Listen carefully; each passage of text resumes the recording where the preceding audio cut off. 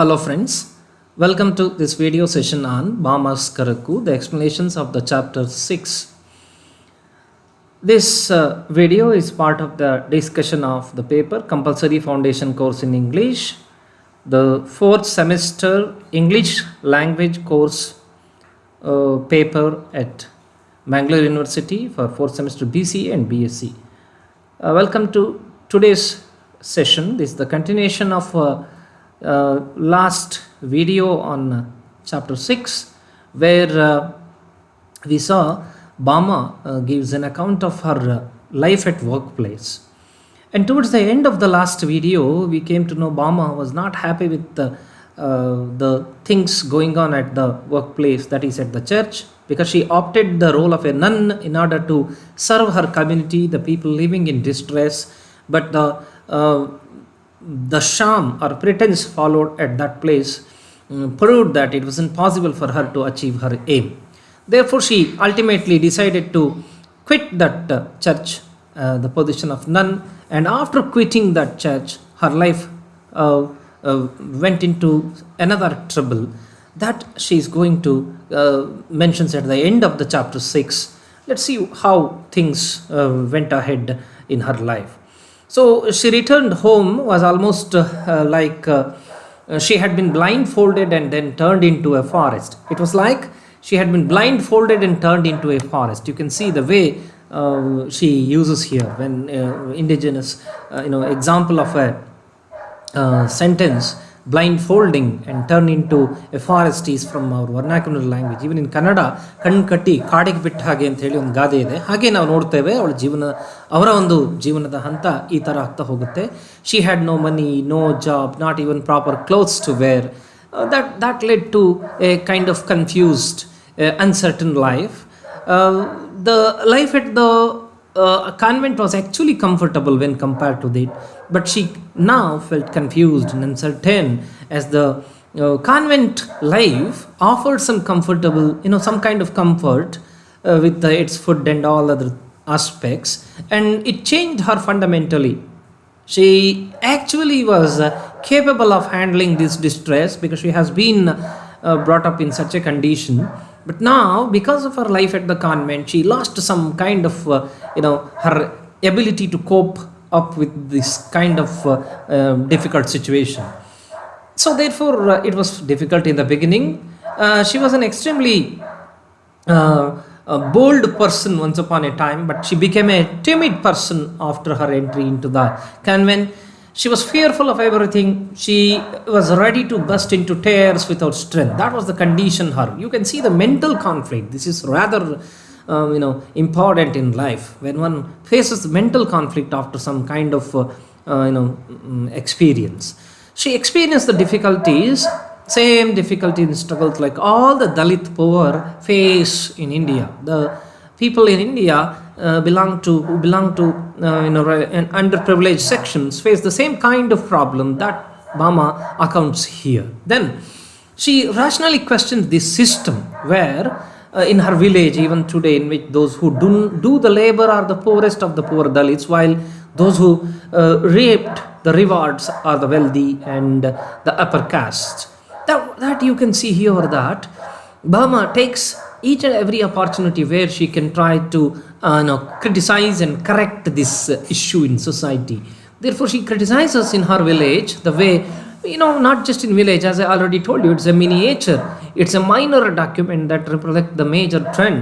So the major trend is that across the country, across the globe, there are the people who are subjugated, who are under certain power. They work, toil, they contribute to the progress of somebody and the wealth of somebody. That's the thing she's trying to question here, the way Dalits in India work and contribute to the people belong to upper class and their wealth and happiness. So life is difficult if one is born in the life is not difficult. I'm sorry for the error.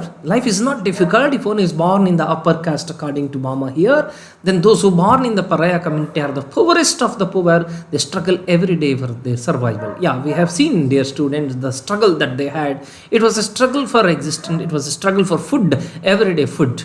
Therefore, really, it was a struggle that they are facing every day. They woke up well before cockcrow and go to sweep the front yard and collect water, swallow some gruel. There was no, rich food also. They swallow some, gruel if possible, and rush off to work as best as they can. This is how the life routine runs.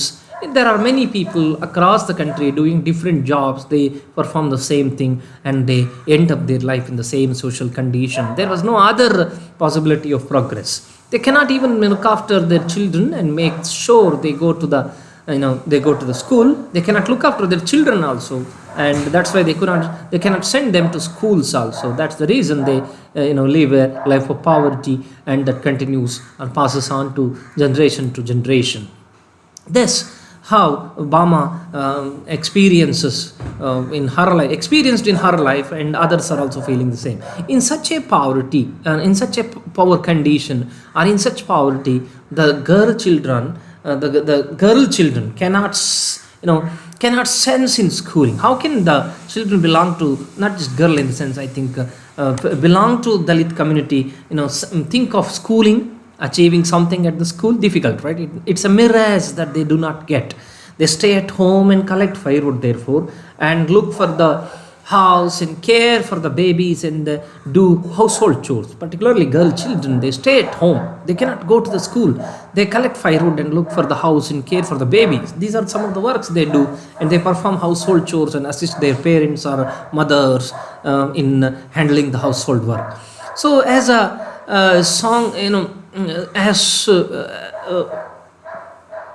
we can see, as soon as picking up a smattering of learning, the boys wander off to look after the goats and the cattle. You see, for some time, the boys do go to study, and they get the taste of learning, right? They get the taste of learning, and at the end again they also face the problem, right? You can see that she uses the word smattering of learning. Smattering is something done superficially, right?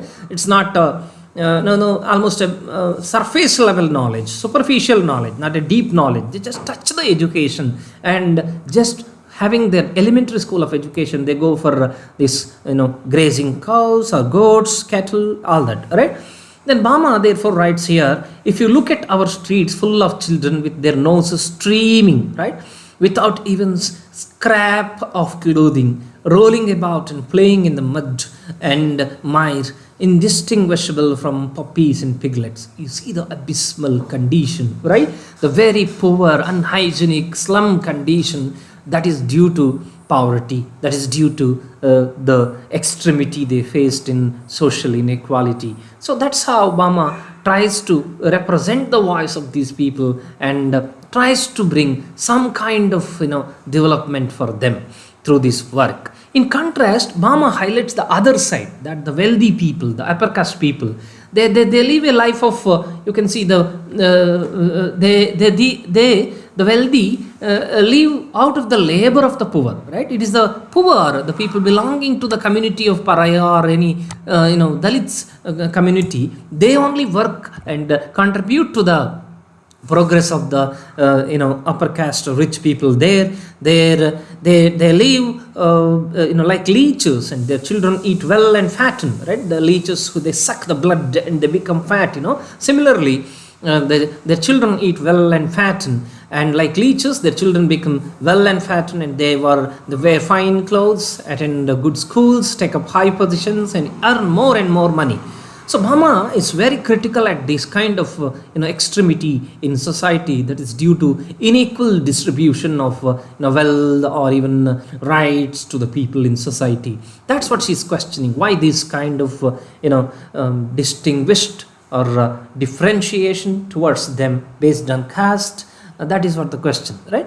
So mentions the divisions within the society thus, right, as those who toil and those who enjoy the fruit of the toil of that section, those who sit down and feast. The critical attitude makes her use very harsh critical words, severe words. You see those who toil in the field, and the other side you see those who sit down and feast, enjoy the food out of the labor of somebody. They also separated about them as unfit to touch. You can see they need the labor, they need the toil of them, but they don't touch them. They separated them as untouchables. That's what she's questioning here. Pushed them aside and marginalized them. She mentions here that they marginalized him. So it's a voice against the people who are oppressing them, who are practicing untouchability, who are practicing this kind of injustice towards the Dalits in India. So thus Bama represents the voice of her community and tries to speak for their rights, tries to question the injustice meted out to them. So then, making them work like machines, they abuse them unjustly, never allowing them to make any progress. She questions that when and how this would change. That's the question that ultimately she put forward, that they do all these injustice to them, and they treat them in an unjust manner, and they do not let them to make any progress. That is what she's, ulterior motive that she's trying to identify. And then she questions that when and how this would change. That is the Bamas remark on this situation. She finds some who potentially accept this and endure this kind of thing, right? Some people, they accept it and they endure it, they do not even question. But there are few who question it, right? They question the injustice, but they have to face a lot of atrocities in society, right? A few others who challenge, they face the atrocities, but their mental firmness does not match the influence and authority that money power wields, isn't it?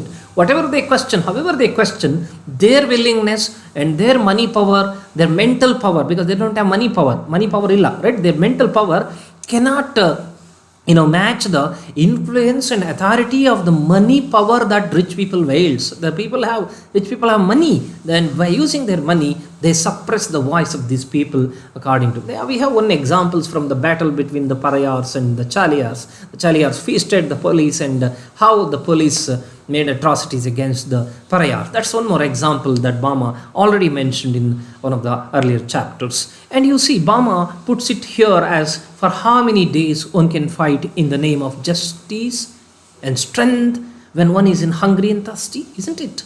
Can they fight against the people with whose belly is fulfilled, or who are contented to live? Because they are in distress already, they are hungry, they are thirsty. Can they fight for their justice and strength for a long time? So that's the question, right? So for their daily meal, they have to struggle, they have to depend on someone else, and knowing that the wealthy control and crush the Dalits.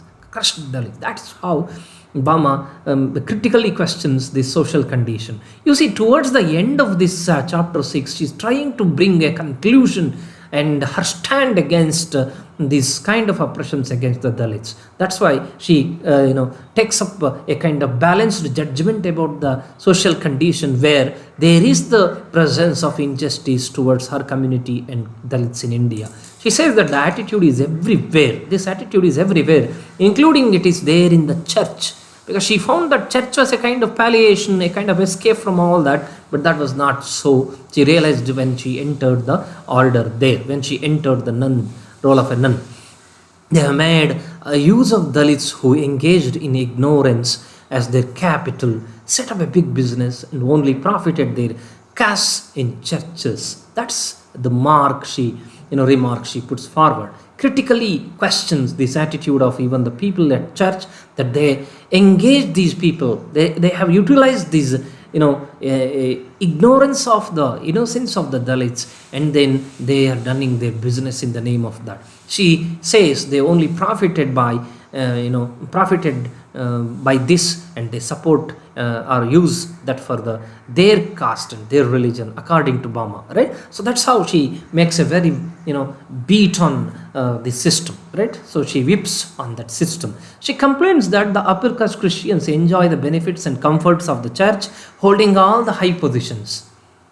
This she observed at the church, that high positions are all the main roles are given to upper caste Christians, and the Dalit Christians are ignored in the church also according to Bama. That's why she finds that kind of elegance and difference in practice at church. If Dalits become priests or nuns, they are pushed aside and marginalized. That's what the question, because she once mentioned that she was given a different order, not the main one, the others were following, right, in the church. That's how she concludes that they are marginalized and pushed aside, they were not allowed to come to the mainstream. Why? This is the reason, right? Because of that, you see, she concludes the church does not give, Dalits the path of renunciation. There is no way out. There is no renunciation to Dalits through church, because they favor the interests of the rich people or upper caste people, the wealthy, and the mainstream Christians. According to her, Dalit Christians are ignored there, according to Bama's idea here. Then this part of the chapter therefore presents Bama's stage of rebel in life. Rebelliously she presents her points against the authorities who relegate or who subjugate and marginalize Dalits in India. She questions the caste, she questions the church authorities, and everywhere, wherever the practice of relegation, negligence and discrimination of the Dalits is in practice, that is being questioned in this part of the chapter. So she is disappointed with the nun's job at the church and she quit. Therefore, she had to quit, but it was not an easy way ahead. She had to face a lot of difficulties. Life became insecure. She was not, strong enough to face the situation, because she was made weak by her entry into the church. She takes her life as a challenge at this point, and she questions the general attitude of the people, including the ones at the church, and also the attitude of everyone towards the Dalits is put for discussion in this part of the chapter. Thank you for watching this video. I'll come up with the discussion of the chapter 7 in the next video. See you.